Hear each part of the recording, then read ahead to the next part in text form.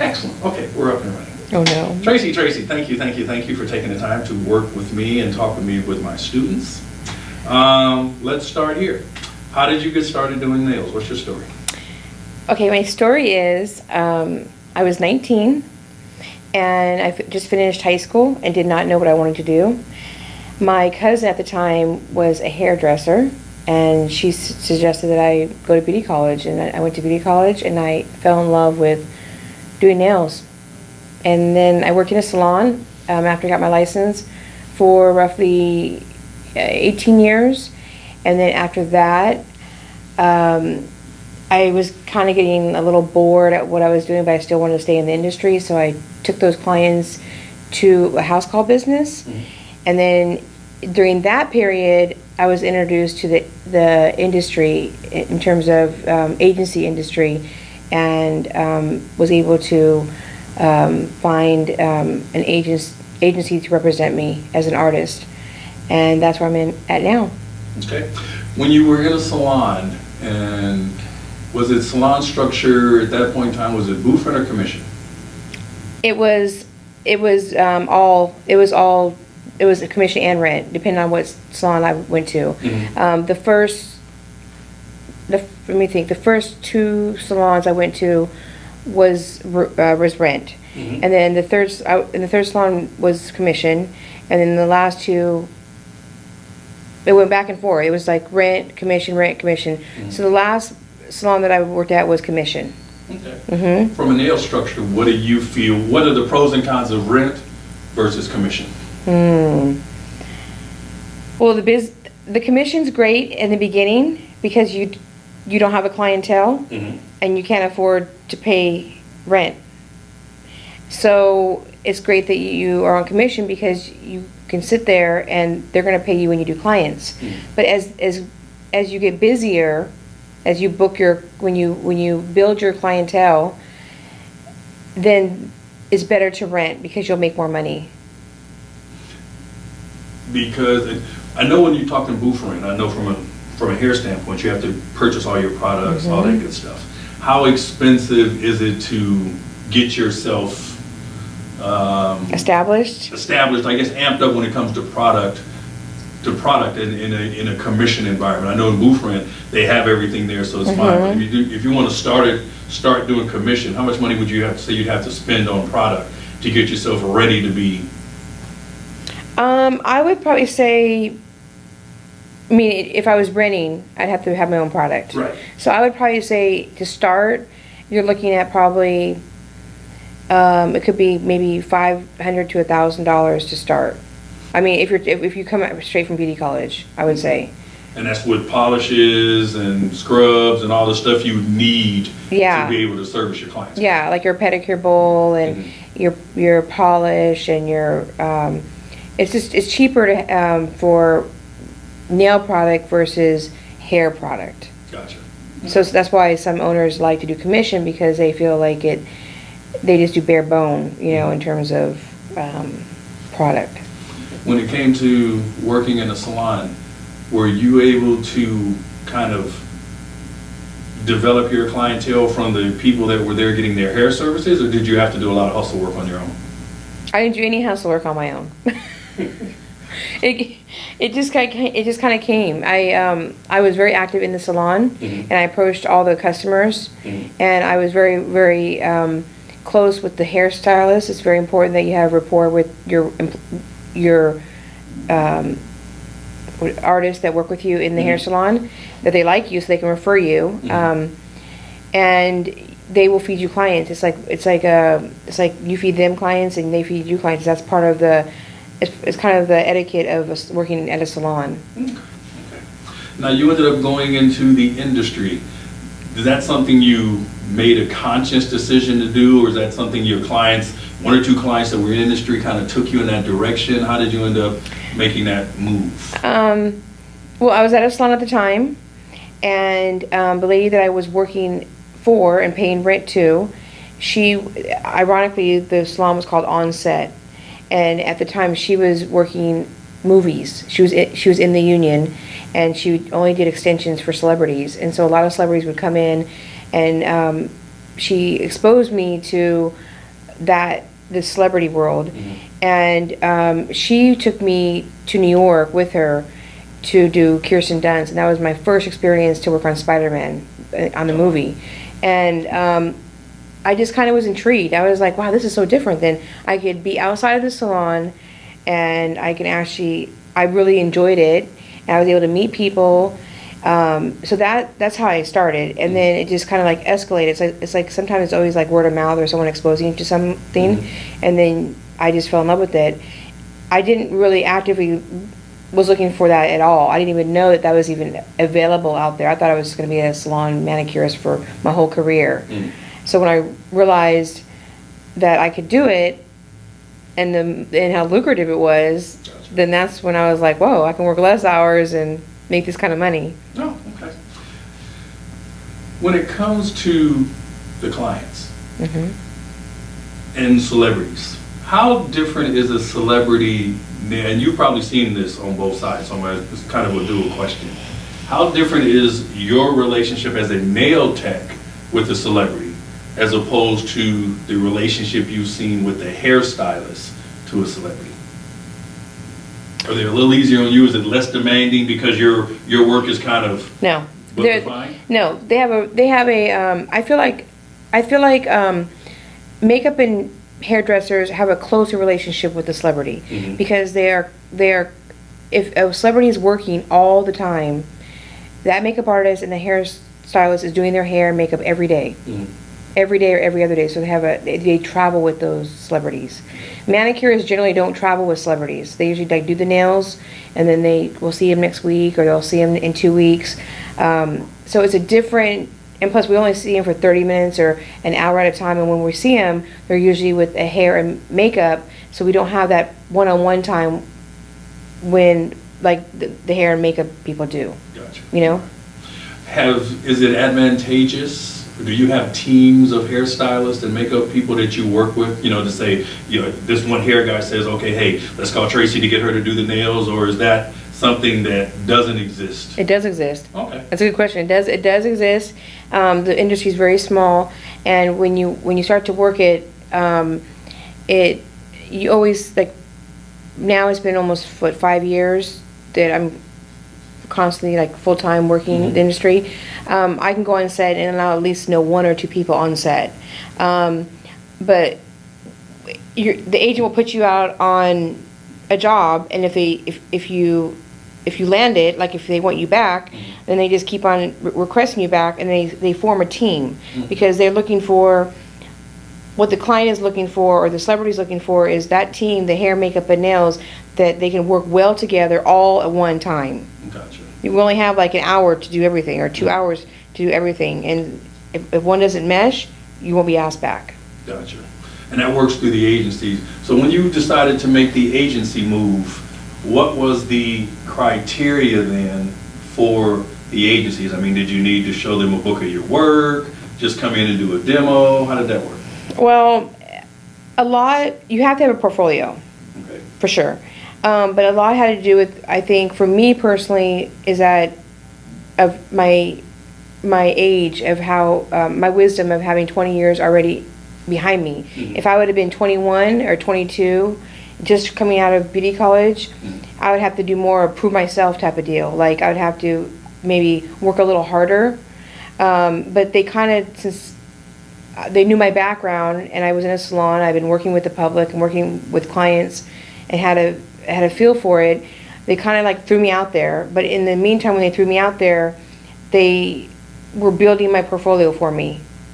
So you have to have a portfolio, because the agent can't pitch you to a client unless they can show your work to them. Gotcha. Is it still paper portfolios, or how's online? I know you have both, because I know you have your personal website.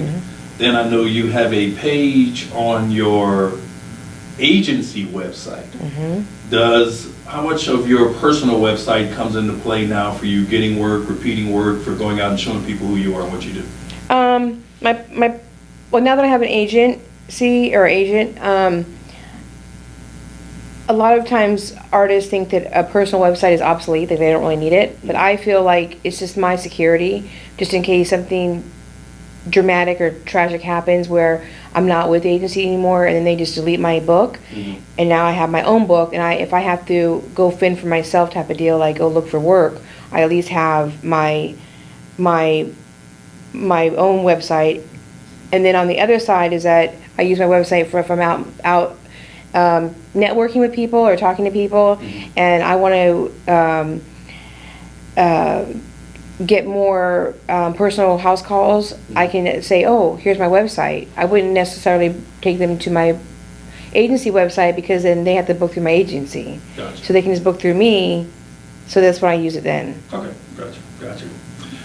When it comes to, how have you made the shift from just developing your business acumen, the things you needed to do differently when you started to work with an agent from a business side as opposed to being in the salon individually? Or was there a difference at all? For me, there really wasn't. I just felt there was more money coming in, so it allowed me to,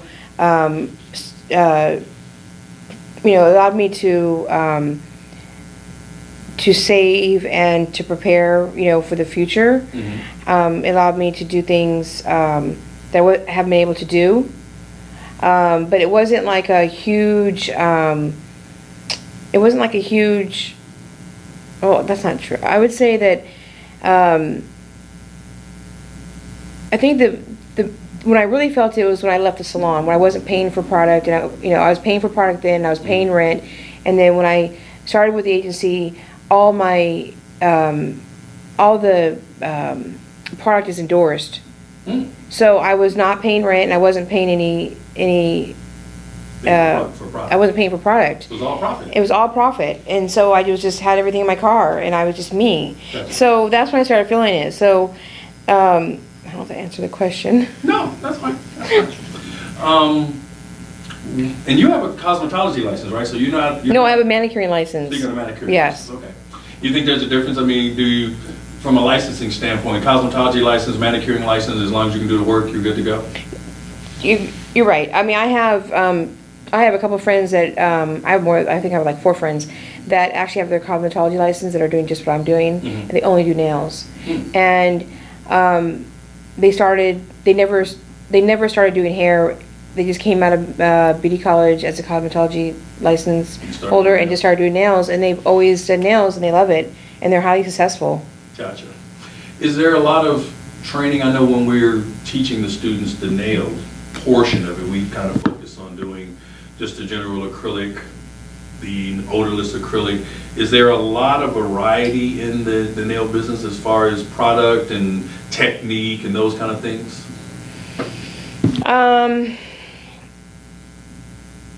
I don't feel like there's a lot of different product. The technique is a technique. It just boils down to how clean you are. Gotcha. How efficient you are, how fast you are, and your personality. Gotcha.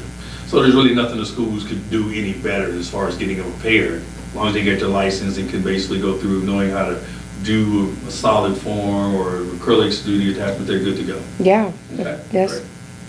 Great. What advice would you give to new nail techs starting out in their career?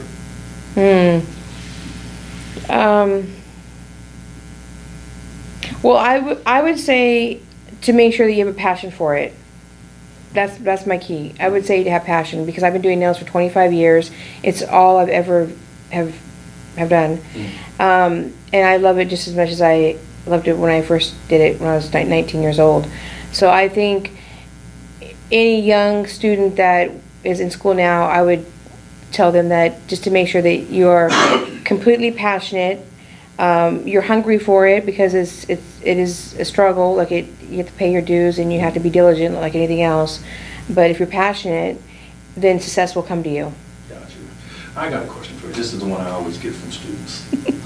Why do you like feet? Yeah. Because I talk to a lot of students who from the pedicure side. They say they can't stand I know, feet. I I don't want know. to go nowhere near feet. I know some people. Is it that bad? Well, it is bad in beauty college and it is bad in salons. It is. I paid my dues. But when you get to like people that, like my clients I do every week, so they have great feet, so I'm just maintaining their feet. Like I'm not doing a whole, hour and a half pedicure. Like I'm not doing grandmas or old people. Gotcha. But you're working with like a higher end clientele, then the feet are nicer because they get them done once a week. Gotcha. Okay. And that's part of paying the dues, is going through the salon process of you have to do doing that. some even stuff, because most of your folks, would you say when you were in the salon, was it a 50-50 split on manis and pedis? Yes. Well, yeah, I would say so. Because most of them that get one want to get the other, and they don't want to travel any place to do the other. But you can't. I know everyone wants to like go around it, but you have to pay your dues. You have to. You have. I did my dues. You have to pay it. Gotcha. Okay. And last question: knowing what you know now, what would you do differently, if anything?